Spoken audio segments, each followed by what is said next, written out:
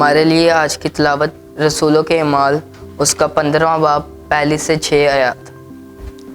और बास लोग यहूदिया से आकर भाइयों को तालीम देने लगे कि अगर मूसा की सुन्नत मुआफिक तुम्हारे खतने ना हो तो तुम नजात नहीं पा सकते।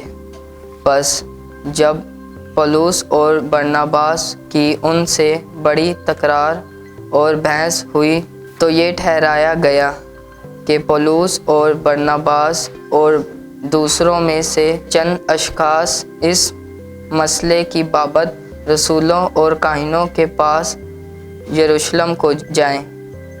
बस कलीसिया ने उन्हें रवाना किया और वो गैर कौमों के रजू लाने का बयान करते हुए फ्रीकिया और सामरिया से गुजरे और सब भाइयों को बहुत खुश करते गए।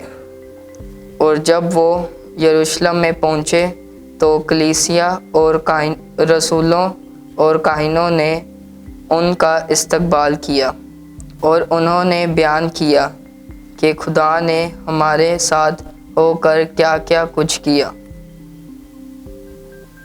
मगर फरीसियों के फ़िरके में से बास ने जो ईमान लाए थे उठकर कहा कि उन्हें खतना कराने और मूसा की शरीयत पर चलने का हुक्म देना ज़रूर है।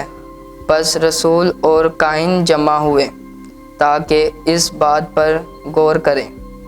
पाक कलाम के पढ़े और सुने जाने पर खुदा की बरकत हो। खुदा उनका शुक्र हो।